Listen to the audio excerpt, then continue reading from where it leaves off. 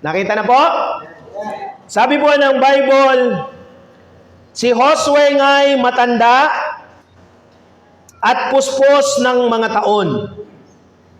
At sinabi ng Panginoon sa kanya, ikaw ay matanda at puspos ng mga taon at may nalalabi pang totoong maraming lupain na aariin. Sabi ng Panginoon, now Joshua was old and stricken in years, and the Lord said unto him, thou art old and stricken in years, and there remaineth yet very much land to be possessed. My dear brothers and sisters in the Lord, these are the words of God. May the good Lord bless us as we ponder upon His word. Let us pray. Our most gracious and heavenly Father, our loving God and faithful God, thank you so much, Lord, for this brand new year and brand new life and opportunities na binigay mo po sa bawat isa. Panginoon, ikaw nawa, O Diyos, ang patuloy na manguna, gumabay sa bawat isa sa amin. At sa oras na ito, Panginoong Diyos, tanggapin mo ang amin pong pagsamba at ang amin pong paglilingkod. Batid mo, Panginoon, ang aming mga buhay. Batid niyo po, O Diyos, ang laman ng aming mga puso't kaisipan. Ikaw ang Diyos na nakakaalam ng kahapon, ngayon at ng bukas. Kaya't ang aming mga buhay ay amin pong ipinagkakatiwala sa iyo. Panginoong Banal, kasamahin mo po kami muli sa buong isang taon. At higit sa lahat, O Diyos, ang iyong mga banal na salita nawa, ang siyang aming maging sandigan sa aming pang-araw-araw na buhay. O Diyos, pagpalain mo ang iyong mga banal na salita, ipahintulot mo, O Diyos, ang pagkilos ng iyong banal na spirito sa amin pong kalagitnaan. At pangunahan mo, Panginoon, ang iyong walang kabuluhang lingkod, upang sa gayon, O Diyos, ay hindi po makita ang kanyang mga kahinaan at mga pagkukulang. Kundi pa naman, Panginoon, tanging ang iyong kaluwalhatian at kapangyarihan ang siyang mangibabaw sa aming pong mga buhay sa oras na ito. Patawad po sa aming mga sala. Ito po ang aming samot dalangin, hinihiling sa tanging pangalan ng aming Panginoong Yesus. Amen.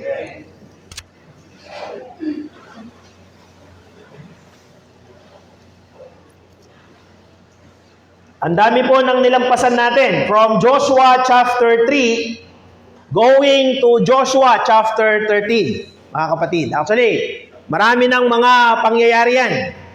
Yung ilang chapter na yan, na almost 10 chapters, mahabang kasaysayan na po yan. And it already took them several years to complete all those things na nangyari. And I choose to go beyond those situations sapagkat merong isang bagay na pinapakita ang Panginoon dito po sa pangyayari sa buhay ng mga Israel, mga kapatid. No? After they prepared themselves in crossing over the promised land and they already conquered some. Sinasabi kong some kasi nakapunta na sila sa mga iba't ibang lugar and nakipaglaban na sila doon sa mga iba't ibang mga lahi na kanilang dinatnan, mga kapatid. Basically, kung titignan natin, they already possess the land of Canaan through the leadership of Joshua. Okay? And also, syempre, through the help of God. Amen? Hindi naman nila magagawa na mula't simula, paglabas nila ng Ehipto, sa 40 years nila sa wilderness, sa paghahanda ng Panginoon para sa transition period from Moses to Joshua, leadership, in preparation sa kanilang pag-crossover sa Promised Land, at sa lahat ng kanilang mga battles in this last 10 chapters, mga kapatid, syempre, kung wala ang Panginoon, wala po silang magagawa. The same sa atin po bilang mga mananampalataya. Ang palagi ko pong sinasabi sa inyo, sa likuran ng pulpito, lahat ng bagay na nangyari sa buhay natin, lahat ng bagay na pinagdaanan natin, lahat ng bagay na meron sa atin ngayon, it is all because of God. Wag na wag po nating aalisin sa ating kaisipan ang bagay na yon, mga kapatid. Na yan ay palaging maging laman ng ating kaisipan at palagi nating mapagbulay-bulayan sa ating mga sarili, mga kapatid, na kung wala ang Panginoon, wala din po tayo. Okay? Bagaman ang dami na nilang nagawa, ang dami na nilang pinagdaanan, hindi pa rin panahon para sa Israel na sila ay magpahinga. Okay? Sapagkat sinasabi ng talata, there remaineth yet very much land to be possessed. There remaineth yet, sabi po ng banal na kasulatan. Hindi pa nila lubusang nalipol yung lahat ng kanilang mga kaaway. Because during that time, the warfare is a physical battle. Hindi pa nila lahat nalipol. Sa katotohanan, hanggang sa panahon ng Malakay, ang dami pa rin nilang mga kinakaharap na mga lahi na dapat nilang matalo, mga kapatid. So, there's still yet remaining things to do para sa kanila. No? And also, ang dami pang mga lupain na sinabi sa kanila ng Panginoon na dapat po nilang makuha at mapuntahan. There are still land na dapat ay maipamahagi muna sa mga Israel. Kaya, if you're going to look, kung kayo po ay interesado sa pag-aaral natin, pwede nyo pong tignan ang Joshua chapter 13, 14, 15, 16. Makikita nyo dyan na ibinahagi na ni Josue ang mga mana ng 12 lipi ng Israel. Pero kung hindi ka interesado, di wag na. Pwede mo namang lampasan to. Kahit dito, kung hindi ka interesado na makinig sa akin, pwede ka namang matulog dyan. No? Kung sa palagay mo na hindi mo naman kakailanganin itong mga salita na ating pinag-aaralan, at kung sa palagay mo hindi ako karapat-dapat na mangaral para sa'yo, takpan mo na lang yung tenga mo at matulog ka na lang. Gigisingin ka na lang ng katabi mo pagkatapos. Okay? There are lot of lands that yet to be divided and to be given sa mga people of Israel. There are also lot of lands na kailangan pa nilang i-develop, i-possess ang kinin na kanilang sariling tahanan. Okay? Kaya po, i-divide ni Josue at ibinigay na yung kanilang mga mana kung saan man sila banda at kung anumang lupain ang kanilang tatanggapin, binigay sa kanila ng Panginoon yon upang i-develop, palaguin, ayusin, at ituring na yon ay ang kanilang tahanan. Magiging permanenteng lugar na yon ng kanilang lahi. Naintindihan po natin, mga kapatid. Okay? So, dito pa lamang sa tatlong reason na to na binigay ko, mga kapatid, talaga naman, sasang-ayon tayo dito sa sinasabi ng banal na kasulatan na may nalalabi pang totoong maraming lupain na aariin. So, ibig sabihin, to cut that into a short statement, there are a lot of things to do. Sometimes, sa buhay po ng mga tao, when they accomplish, when they achieve something, when they feel that life is very much, sabihin natin na napakagaan na ng buhay niya at marami na siyang minsan mga natatamasa sa buhay, sometimes it feels na, okay, it's time naman siguro para ako naman ay mag-relax. Panahon naman siguro para sa akin na ako naman ay medyo magliwaliw. Parang ganon, mga kapatid.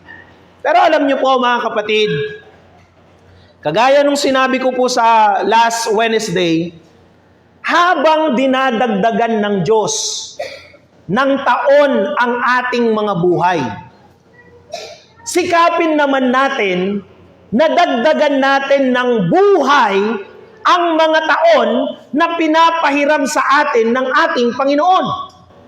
Because kung lilipas lang ang mga taon ng buhay natin, na paganyan-ganyan lang, at sasabihin mo sa sarili mo na, okay, I am comfortable with this, I am okay with this life, mga kapatid, para na rin nating sinabi na okay, the progress ng buhay ko ay hanggang dito na lang.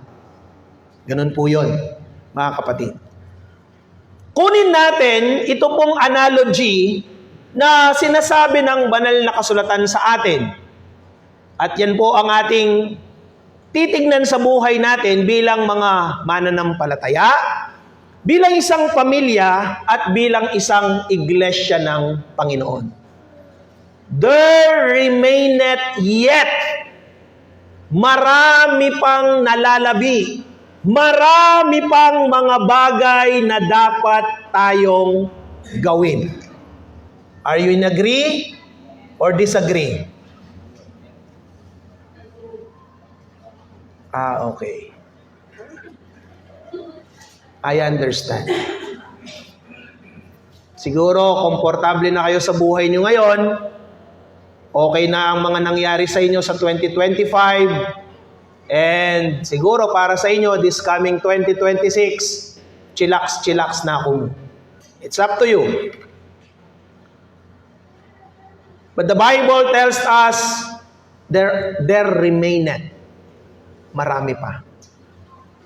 Hindi pa tapos ang mga gawain natin. Okay po? Hindi pa tapos ang Panginoon sa buhay mo. Hindi pa tapos ang Panginoon kung papaano niya tayo baguhin. Hindi pa tapos ang Panginoon paano niya tayo gamitin. Hindi pa tapos ang Panginoon sa lahat ng kanyang mga plano sa buhay mo, sa buhay ko, at sa buhay nating lahat. So marami pa, mga kapatid. Kagaya ng people of Israel, ang dami pa nilang mga bagay na dapat gawin. But the major problem was about to rise. Ang malaking problema ay magsisimula pa lang sa kanila. Why? And what is that, mga kapatid? They were about to lose their leader. They were about to lose Joshua. Why? Sinabi ng Panginoon, ang Panginoon mismo ang nagsabi. Si Josue ay matanda at puspos ng mga taon. Dito lang po sa salita na to, tayo po na mga medyo bata-bata pa, dapat nating pagbulayan to. Si Josue, sabi ng Bible, matanda na siya. Pero yung kanyang taon ay puspos. Ano pong ibig sabihin ng puspos? Ibig sabihin, naging kagamit-gamit, naging makabuluhan ang kanyang mga taon. Maraming mga members sa church, tumatanda pero nagiging walang kabuluhan. Why? Kasi hindi sila lumalago sa spiritual. Maraming mga miyembro sa church na nananatili lang silang nasa eskaparate. Anong ibig kong sabihin? Hanggang pan-display lang, hanggang member lang, hanggang sulat lang. Pero, ang lumilipas na taon sa kanilang mga buhay ay hindi nagiging puspos, hindi nagiging makabuluhan. Mga kapatid. Dito pa lang, makikita natin na ginugol talaga ni Josue ang kanyang panahon, mga kapatid. Kaya nasabi mismo ng ating Panginoon, sabi niya, ang ating Panginoon mismo ang nagsabi, ikaw ay matanda at puspos ng mga taon. Mga kapatid. Di ba?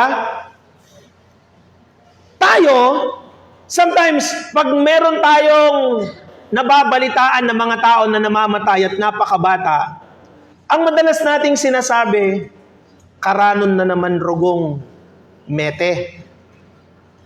Kaya nakanarugong megpainawa. Okay? Yan yung madalas na sinasabi, ay kasi ka na pa mo, meteo. Yan yung madalas nating sinasabi, mga kapatid. You know, minsan sa buhay natin, hindi nagiging fulfilled yung life natin. It is simply because masyadong napapaaga yung termination niya. Siguro dahil matigas ang ulo natin. No? O di kaya naman, talagang wala tayong disiplina sa ating mga sarili. Kaya talagang bata ka pa, may diabetes ka na, bata ka pa, may sakit ka na ganito, bata ka pa, kinukuha ka na ng Panginoon. Maraming mga rason, mga kapatid. O di kaya naman, dahil ikaw ay matigas ang ulo, mas gugustuhin pa ng Panginoon, pahinga ka na muna anak. Meron pong ganyan, mga kapatid. Lalo na doon sa mga nakakilala sa Panginoon at naging miyembro at pagkatapos ay tumalikod sa Panginoon o di kaya naman miyembro nga pero hindi naman ginagawa ang kanilang mga katungkulan sa paglilingkod sa Panginoon, abay, mas mapapaaga ang ating mga buhay.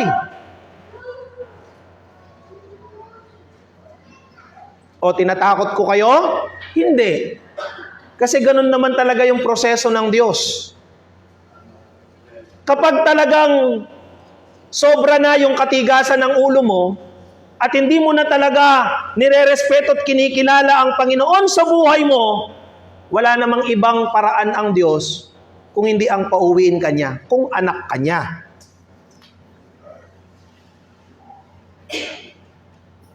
Yan naman pong sinasabi ng banal na kasulatan. If you are going to read James chapter 1, ang tanong ko lang sa inyo, are you going to spend your life in its fullness? Or are you going to spend it and waste it, mga kapatid, sa walang kabuluhan? O gagayahin mo si Josue? Ha? So, the major problem of Israel is that they will going to lose their leader. Matanda na siya at magre-resign na siya. So wala nang maglilid sa kanila, mga kapatid. At yun ang magiging malaking problema nila. Because if you are going to read the continuous story of Israel, after Joshua, mga kapatid, They are being led by judges. Mga hukom na.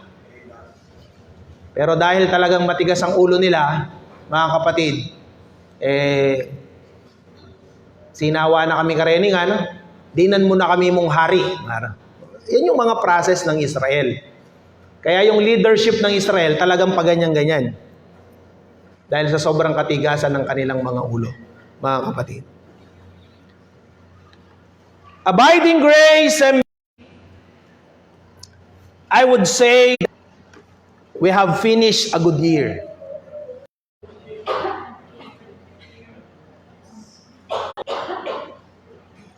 Alang mag-amen kaya kayo, hanggang ditak. Abiding Grace MBC, ayari tayong 2025 na metong Amasaplalang Banwa King Church. Iniisip ko nga, sabi ko nga, this coming anniversary, gagawa ako ng isang ministry report. Okay? But syempre, the mighty hand of God has truly blessed us. Pinagpala tayong lubos ng Panginoon, mga kapatid. Pero kagaya ng sinasabi ng banal na kasulatan, there remaineth. Meron pa ring mga bagay na natitira. Hindi pa tayo tapos. Amen? Hindi pa tayo tapos, mga kapatid. Yes, meron tayong mga bagay na na-accomplish. Yung mga layunin natin sa taong 2025, nagawa naman natin, mga kapatid. Pero, marami pa po tayong dapat gawin, mga kapatid.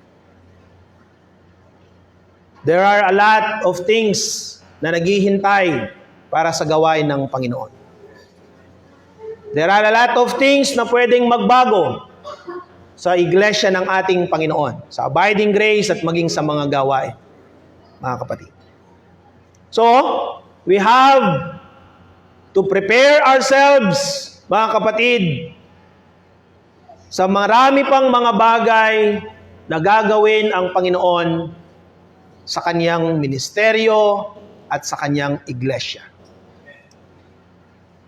There are a lot of things to do. And one of them, isa sa mga bagay na yan, mga kapatid, marami pang mga tao ang nangangailangan ng kaligtasan ng Panginoon. There are yet many people who are still lost, and they need to hear the gospel of salvation. Mga kapatid, sinabi ng ating Panginoon in John chapter 4, verse 34 to 38, sinasabi ng kanyang mga alagad, Panginoon, matagal pa yung pag-ani. Pero ang sabi ng ating Panginoon, you say that 4 months pa bago magkaroon ng pag-aani. But, sabi ng ating Panginoon, itanaw nyo ang inyong mga mata. The harvest is white. Marami pang aanihin, sabi ng ating Panginoon, mga kapatid. The church is commanded by our God to go. Di ba? Sabi ng ating Panginoon, sige, humayo kayo. Gawin niyong alagad ang lahat ng mga bansa. Bautismo niyo sila sa pangalan ng Ama, Anak, Espiritu Santo. At ako'y sumasa inyo hanggang sa katapusan ng mundo. Sa panahon na nandiyan ang social media, ang internet, masasabi natin na napakarami ng mga tao ang nakapakinig sa mga salita ng Diyos. Masasabi natin na marami ng mga tao sa kasalukuyang panahon ang nagiging aware pagdating sa mga salita ng ating Panginoon. Pero, hindi pa po tapos ang ating pangangaral, mga kapatid. Hindi pa po tapos ang ating pagbabahagi ng mga salita ng Diyos. Ang dami pang mga tao na kung saan, mga kapatid, kailangan po nila ng kaligtasan. Hindi pa tayo tapos, mga kapatid, sapagkat kung ang lahat ng mga tao ay nakapakinig na at naabutan na ng ebanghelyo ng kaligtasan, dapat sana dumating na ang ating Panginoon. Because it is written in Matthew chapter 24 verse 14 na kapag ang lahat ng mga tao ay naabutan na ng mga salita ng ating Panginoon, then babalik na ang ating Panginoon. Bumalik ba siya? Sa taong 2025, nalaganap ang pangangaral ng salita ng Diyos through internet, Facebook, at kung ano-ano pang mga apps. Bumalik ba siya? Hindi po. So, ibig sabihin, marami pa ang nangangailangan. Kaya ganun na lang ang ating pagnanasa na ang abiding grace ay magamit pa ng Panginoon para maging daluyan ng mga manggagawa sa iba't ibang lugar. Ipanalangin natin ang baler. Amen? Sa mga hindi pa nakapunta ng baler, kung talagang may puso ka para sa Panginoon, makikita mo na maaawa ka sa mga tao na nandoon. Brother Arnel is using by God sa mga iba't ibang tribo. Nakakasalamuha niya ang mga iba't ibang tao, iba't ibang mga tribo. And those people need the gospel. Mga kapatid. Ipinapanalangin natin ang Gimaras, mga kapatid. Bakit? Kasi wala pang missionary baptist doon. Sa Baler, wala pang missionary baptist, mga kapatid. Sa Zambales, wala pang missionary baptist. Meron na isa.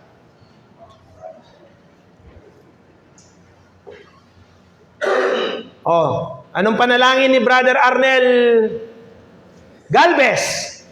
Ang sabi niya, tulungan niyo ako, mga kapatid, na makakita na ako ng Bible study para makapagsimula na ng gawain.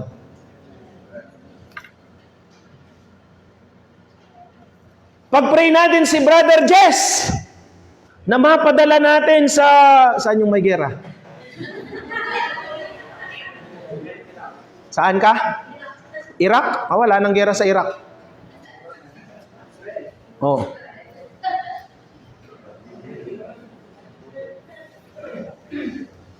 Let us all pray na ang bawat isa sa atin, mga kapatid, magamit tayo ng Diyos sa pagbabahagi ng salita ng Diyos.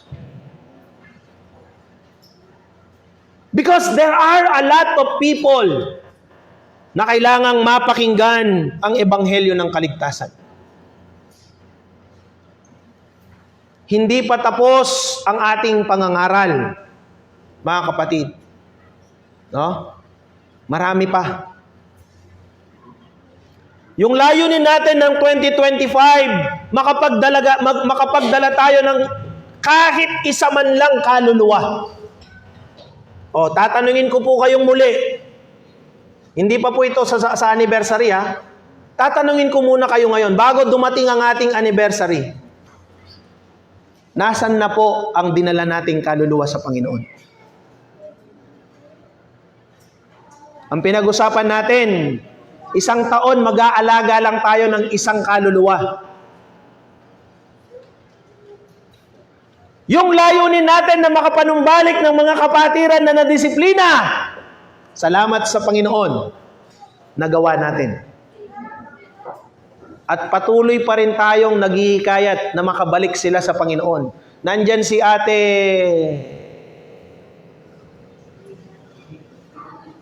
May rapture yata yung Ate Lina. Alayo, Ate Lina? Ay! Sorry, te. Patuloy natin pinagpipray si Ate Lina. Ditak ng ditak. Ilan na ba yung na-restore natin? May bilang kayo? Bal, kailan ka na-restore? This year? Last year ka pa? Ay, last year, 2025. Okay.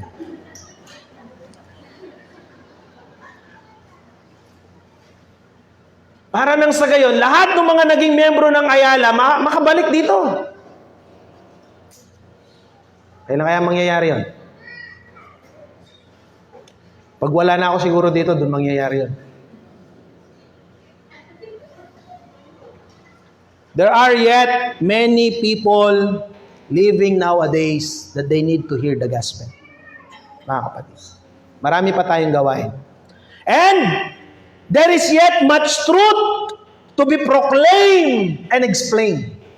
Kailangan din na tayo po ay mangaral ng katotohanan sapagkat marami pang mga tao ang kailangang makapakinig. Hindi lang ng ebanghelyo, kung hindi pa naman ng buong katotohanang sinasabi ng banal na kasulatan.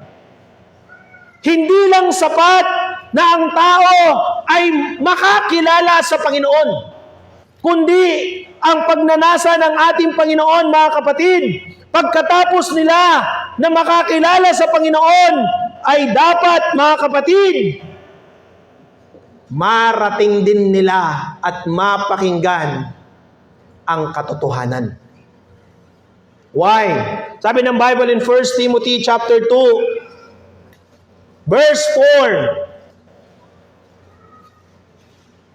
Huwag lang tayong makontento na ang isang tao, nabahaginan natin siya ng ebanghelyo, tumanggap siya sa Panginoon, kundi dapat, mga kapatid, nasain din natin na malaman niya ang buong katotohanan. Sabi ng Bible, na siyang may ibig na ang lahat ng mga tao ay mga ligtas. Tama? Oh, ang dami kong naririnig sa inyo, pag-pray tala po rin ka na akong pamilya, pag-pray tala po rin ka akong anak, na sana makakilala na aking Ginoo. That's good. Pero kanino at saan magsisimula ang bagay na yon? Paano sila makakakilala kung wala silang nakikitang magandang halimbawa sa atin? Paano silang makakakilala sa Panginoon? At paano natin sila mahihila sa Panginoon kung tayo mismo, mga tamad tayo sa paglilingkod sa Panginoon? Paano silang makakakilala sa Panginoon kung mismong sa ating mga pamumuhay, hindi sila nakakakita ng magandang patotoo?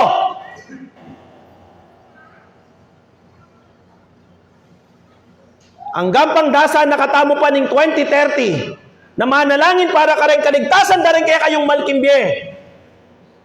Nung mismong kaya katamong sariling pamanyuyuking ginuetaya sa salese kanakong kapatad, mimwa na ko, kanako nung mimwa kayo. Pero alatang agawa, kay bagay ngayon. Nung buriyong dala kay ginuren kay katamong pamilya, mumunang dili, ipakit tamo karela na ikatamo talaga, tunay na katamong may kakilala king Ginoo. Isnong ikit na kay katamo, na ikatamo talaga binayo na nakatamo ng Ginoo. At in kaya katamong sarili, telagata na king Ginoo, hanggang ita magsalita ka rin, kanakong kapatad, bisa ka te kabisa, tuki na rin.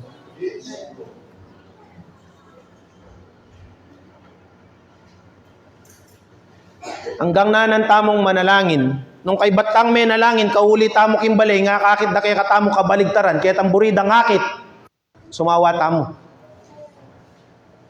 And I am talking to all the members of the church. Sapagkat lahat tayo may mga pamilya. O kami, sa pamilya namin, meron pa akong 2 kapatid. Actually, isa na lang. Yung talagang black sheep. Talagang black na yung mangkuli. Brown yan eh. Brown niya pala. Isa na lang. Pero nandun pa rin yung aking kalungkutan. Isang bagay lang talagang pinagpapasalamat ko sa Panginoon. Bago ako nagdesisyon na maglingkod sa Diyos at bago ako na-ordain bilang pastor, nakasama ko ang aking magulang sa paglilingkod. That's the greatest gift that I ever had, mga kapatid. Wala nang iba. Ang hirap mangaral na nangangaral ka sa iba, pero mismong mga magulang mo, hindi mo kasama sa pananampalataya. Babalik lang sa'yo yun. Ang daming mga pastor na ganyan. Ang tatapang, ang lalakas ng kanilang mga pangangaral patungkol sa kaligtasan. Tapos tanungin mo, sinong kasama niya sa pamilya? Siya lang mag-isa. Oh. Ang tao, kailangan niya ng kaligtasan. Tama? Pero, pagkatapos niyan, ang sinasabi ng Panginoon, mga kaalam ng katotohanan. At tayo, bilang tunay na iglesia ng Panginoon, dinudugtong ko yung tunay na iglesia. Amen? Oh. Yung dating membro ng iglesia ni Kristo, nag-e-amen ngayon. Oh. Di ba? Tayong tunay na iglesia ng Panginoon, tayo ang dapat maging boses ng katotohanan sa salita ng Diyos.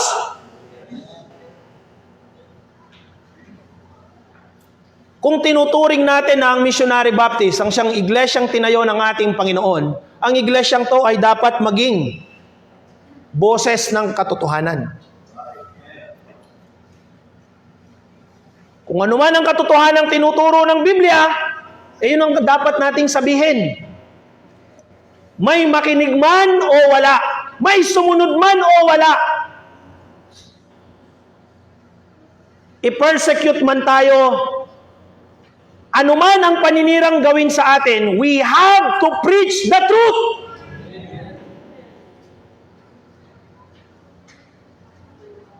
Sabi ng Bible in 1 Timothy chapter 3 verse 15, mga kapatid, ngunit kung ako'y magluwat ng mahabang panahon, sabi ni Apostle Paul kay Timoteo, ay upang malaman mo kung paano ang dapat sa mga tao na ugaliin nila sa bahay ng Diyos. Ibig sabihin, meron talaga tayong dapat na pag-uugali pagdating sa tahanan ng Panginoon. Hello? Oh. Kasi sabi niya dyan, upang malaman mo kung paano. Kung paano. And that is, ibig sabihin yan, the manner, the process. Kung paano ang dapat sa mga tao na ugaliin nila sa bahay ng Diyos. Na sila dapat ay malilate, sila dapat ay palabas-pasok, sila dapat ay once a month mag-attend, sila dapat ay hindi magbigay, sila dapat ay huwag sumuporta sa bahay ng Diyos.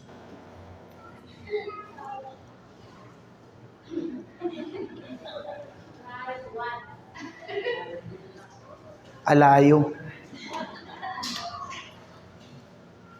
Pero ano bang palagay nyo sa pag-uugali? Tanungin ko po kayo. Paano nyo po ipapaliwanag ang salitang ugali? Tanungin ko po kayo. Ako meron akong natatandaan ng madalas na sinasabi ng mga nakakatanda at madalas kong naririnig. Ang sinasabi nila, kung nano ka no yung pamanugali mo king bale, ya mo rin yung papakit mo kilwal.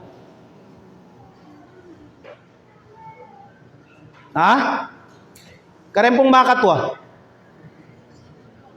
Isipan nyo po yun eh. Kapatid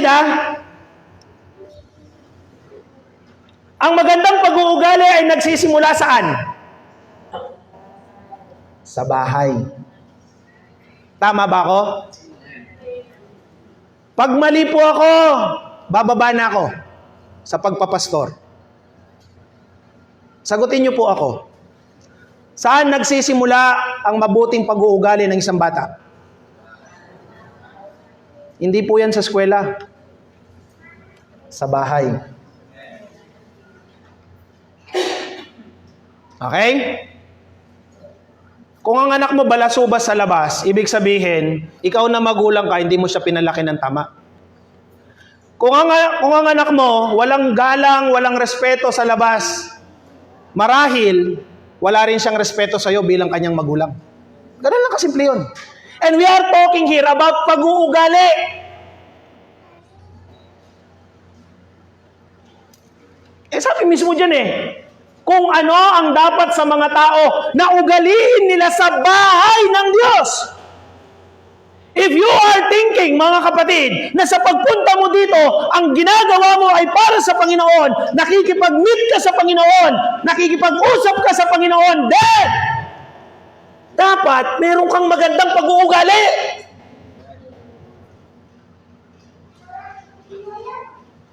Nakukuha natin, mga kapatid? Kasi kung nagpupunta lang tayo dito sa bahay ng Panginoon at gagawin lang natin yung gusto nating gawin, hindi pwede. Kaya nga sabi ni Apostle Paul, sinabi niya kay Timoteo, know how thou oughtest to behave thyself.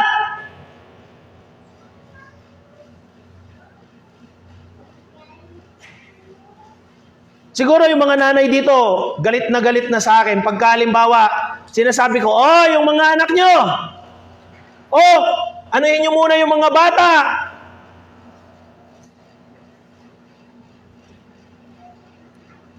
Bakit tayo nag-i-impose ng mga disiplina sa church? Bakit tayo nagpapatupad ng kaayusan? Ini kaya katamong matalik ka, diakono. Tapo magsimula hanggat ko di nusog nga, no? Niya katapang. Minsan brad, itang katapangan, mo kukunan ka na ako.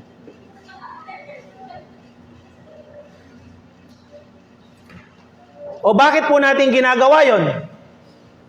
Para meron tayong kaayusan. Kasi kung hahayaan lang po namin kayo na gawin ang gusto nyo, wala tayong magiging kaayusan sa pagsamba.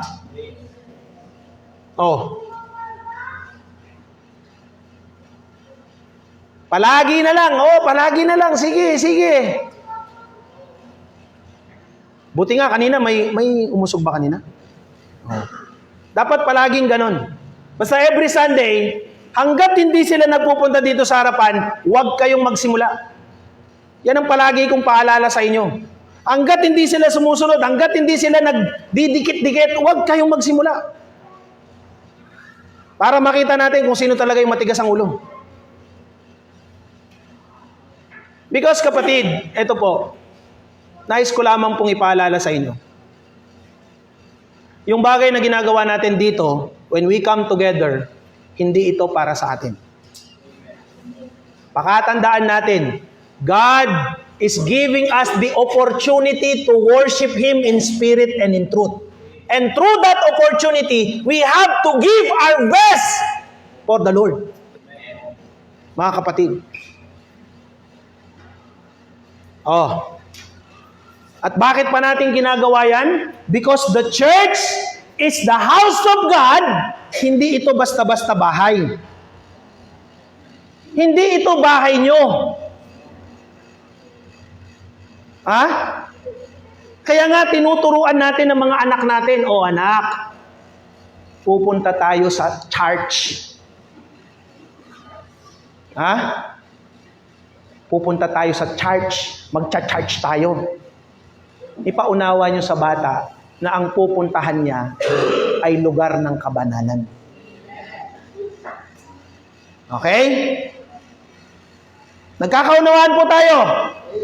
It is the house of God, the church of the living God. Ano pang sabi? The pillar and ground of truth. Kaya kapag ang pangangaral natin dito sa likuran ng pulpito ay puro kasinungulingan na lang at puro kayabangan na lang, mas manapa na wag na tayong mangaral ng salita ng Diyos. Ngayon, kung ang gusto nyong marinig ay hindi naman katotohanan at kung ang gusto nyong marinig ay para lamang sa inyong sarili, wag din kayong umasa ng ganon. Because we came here, mga kapatid na minamahal, nagpunta tayo sa bahay ng Diyos sapagkat alam natin na tayo'y makasalanan, kailangan natin ng pagtutuwid galing sa salita ng Diyos. Nagpupunta tayo dito, hindi dahil sa banal tayo. Amen! Nagpupunta tayo dito sa church, hindi natin pinapakita, ay ako, banal ako, ako, matuwid ako, ay ako, mabuti ako. No! Kaya tayo nagpupunta dito, ipinapakilala natin at ipinapakita natin sa Panginoon na tayo ay isang taong makasalanan at kailangan natin ang kanyang paglingap at habag sa ating mga buhay. Kaya tayo nandito.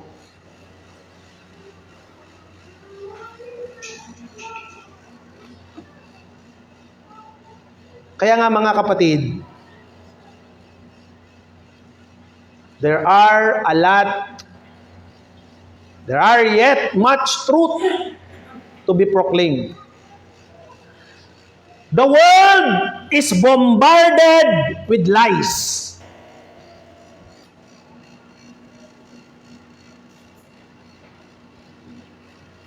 Nililay hands ko yung aircon, baka sakaling lumamig. Anong nangyari dito? Pakibuksan na lang itong kabila. Ang mundo natin ngayon ay punong-puno ng kasinungalingan. Maniwala kayo't hindi.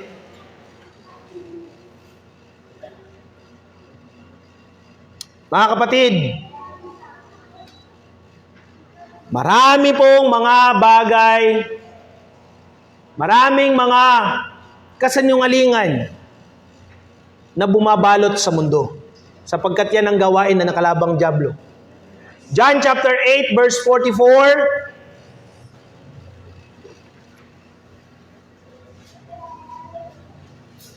You are of your father the devil. The last of your father you will do. He was a murderer from the beginning, abode not in the truth. Hindi siya nananatili sa katotohanan sapagkat walang katotohanan sa kanya. Sabi po ng Bible. Kung siya'y nagsasalita ng kasinungalingan at siya'y nagsasalita ng saganang kanyang sarili sapagkat siya'y isang sinungaling at ama nito.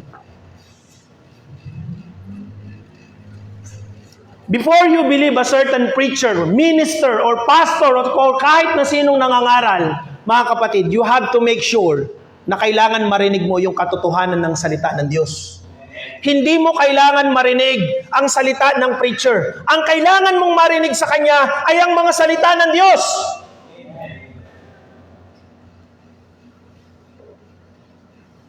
Bagaman maraming mga mananampalataya ngayon, maraming mga members sa church ngayon, mga kapatid, that they don't even care kung ang naririnig nila ay totoo o hindi. Ang mahalaga sa kanila, okay, magaling siyang mag-preach. Okay, hindi niya ako sinasaktan. Okay, makapellowship ko siya. Okay, magkakasundo kami. They don't even care kung ang naririnig nila ay totoo at katotohanan na mula sa salita ng Diyos. Yan ang nagiging standard ng maraming mga Kristiyano ngayon. That's why, kung ang church natin, mga kapatid, titigil sa pangangaral ng katotohanan, titigil sa pagbabahagi ng mga katotohanan, at titiklop tayo sa mga kasinungalingan na dulot ng mundo at kahit ng mga ibang mga grupo at mga denominasyon or even mga pastors na nagsasalita ng mga kasinungalingan, mga kapatid, ibig sabihin, that's the end of all. Huwag na tayong magpagod. But to tell you, ang daming mga tao ngayon, kahit na mga missionary Baptist, they need to hear the truth. Mga kapatid, kailangan nilang mapakinggan ang katotohanan. At ang tao, ang dapat niyang marinig ay ang katotohanan. The Lord's church is the perceivers of truth. Mga kapatid, we are not yet finished. Hindi pa tayo tapos. At ilingin natin sa Panginoon na bigyan tayo ng kalakasan na maipangaral natin ang buong katotohanan ng salita ng Diyos hanggang sa muli niyang pagparito. And pray for your pastor. Sana, kung ano man yung mga bagay na tinatayuan ko, ay maging akma sa katotohanan ng salita ng Diyos. At nawa, bigyan din ako ng kalakasan ng Panginoon na mapagpatuloy sa gawain ng Panginoon. We are not yet finished. Hindi pa tayo tapos. But let us ask God na bigyan tayo ng kalakasan, paninindigan sa kung ano ang katotohanan at kung ano ang tama. There are a lot of people need to hear the gospel. There are a lot of truths to be proclaimed and to explain. Ang masakit yung explain eh. Sometimes, ipaliwanag mo na yung katotohanan, pero dahil wala kang impluwensya, wala kang pera, wala kang kakayahan, hindi ka sikat, hindi ka nila paniniwalaan. Saan sila papanig? Kahit naman sa mga membro eh. Dahil ang pastor, walang impluwensya, hindi kilala, walang ka-fellowship, they don't mind kung ano man ang sabihin ko.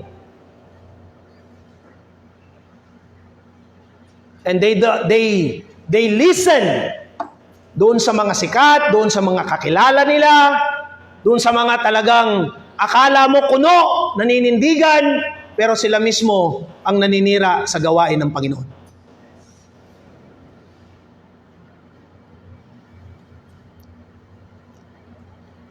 Yung salitang explain the truth ang mahirap. Lalo na sa panahon ngayon. Kapag ang isang tao ay mayroon ng preconceived ideas, preconceived minds, kahit na totoo pa yung sinasabi mo sa kanya, hindi kanya paniniwalaan. They will going to disregard you. Di ba? Kaya nga si Solomon sabi niya, ing taong pakakalulu, hanggang gusto niya sasabihan, de pamuring panwalan. Kaya mubalo talata niya, kasi biyaseng pastor yun, pantunan yun, mo kay Google. Totoo naman yun. Si Solomon, may binabanggit dun sa taong mahirap, in taong pakakalulu nga na, masanting niya sasabihan, de pamuring pakaramdaman. Pero yung taong makwalto, hanggang kalaraman niya yung sabihan, papalakpakan din ba eh.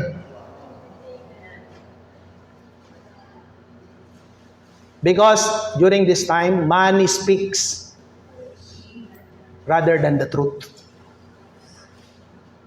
Mga kapatid, yan ang realidad. Open your eyes, my dear brothers and sisters. Believe not every spirit. Test the spirit if it is from God.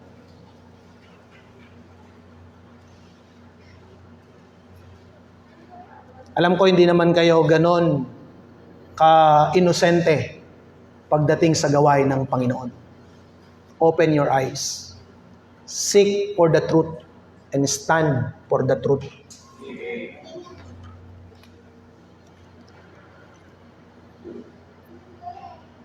There is much yet work to do. Ayan, mga balabaligtad din ka na akong English. There is yet much work to be done.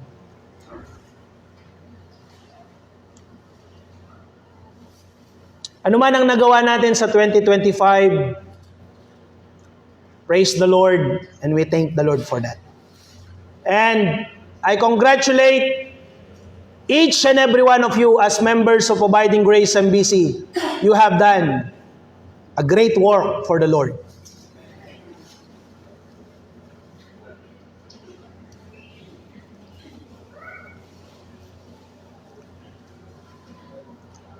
Nanumburi yung sabihan ko ba nga matula kayo't mag-amen kayo na may kagawa kayong masanting nga bagay para king Ginoo.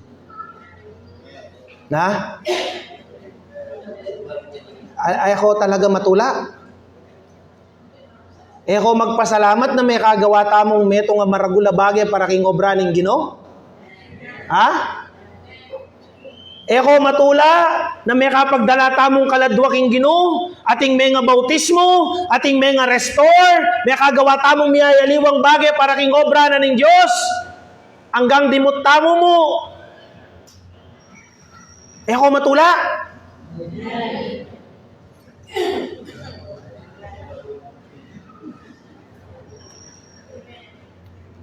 You have done a great work for the Lord. Congratulations. Congratulations, and to God be the glory, mga kapatid. But, as the ministry progresses, its burden and responsibility, emphasis must change.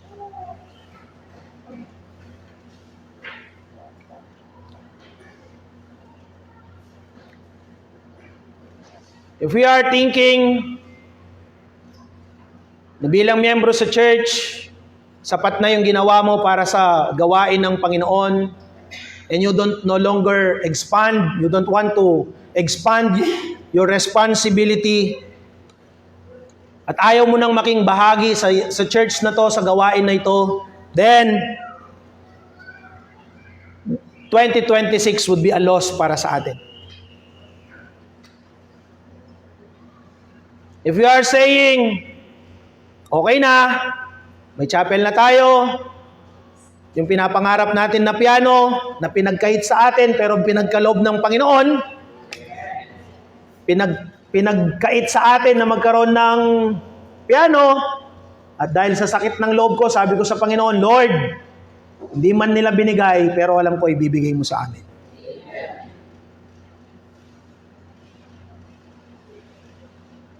Binigay sa atin ng Panginoon ng service, na utang,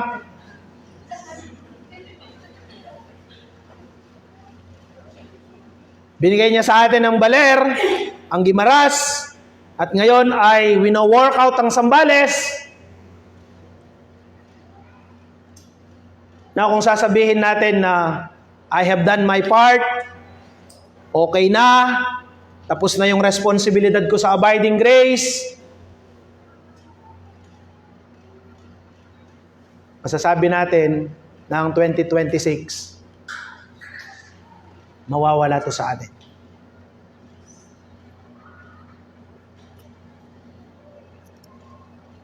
Binless tayo ng Panginoon higit doon sa inaakala natin. We have accomplished great things for His glory. Soul saved. May mga buhay na binago at yan ay napapakinggan natin sa kanilang mga patotoo. At doon pa lang, panalo na tayo. Amen?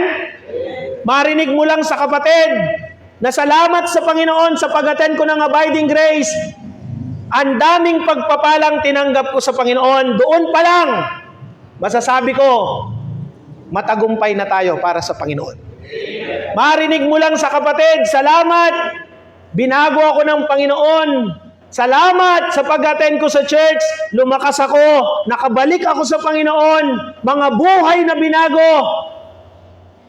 Kahit wala tayong mga material na pagpapala, doon pa lang, masasabi ko na naging matagumpay na tayo.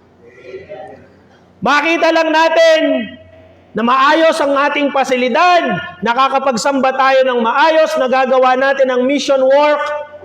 Hindi man tayo sikat sa Facebook, pero salamat sa Panginoon, may gawain tayo sa Diyos.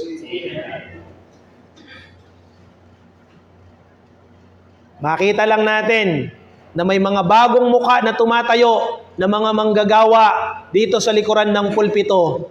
Doon pa lang, masasabi natin, naging matagumpay ang gawain ng abiding grace. But wait, there's more. Hindi pa tayo tapos. Marami pa po ang dapat nating gawin, mga kapatid. Kagaya ng sinasabi ng Panginoon kay Josue, you are old, you have stricken in years. Ako, hinihintay ko lang sabihin sa akin ng Panginoon, okay, tapos ka na dyan sa abiding grace, it's time to move out. That's the only thing na hinihintay ko. And if that will happen, pag yun, I would say na may inihahandang iba ang Panginoon. But, hindi pa tapos. Marami pa po tayong dapat gawin para sa ikapupuri ng ating pong Panginoon. Mga kapatid na minamahal, there are a lot of things to do. Pagpakatatag, manatili sa paglilingkod, maging tapat sa Panginoon, wag sa pastor. Pakatandaan niyo po yan. Maging tapat po kayo sa ating Panginoon. Para kung sino man ang gagamitin ng Panginoon para sa atin, manatili po kayo na maglingkod sa Diyos. Maraming salamat po. Pagpalain kayo lahat ng ating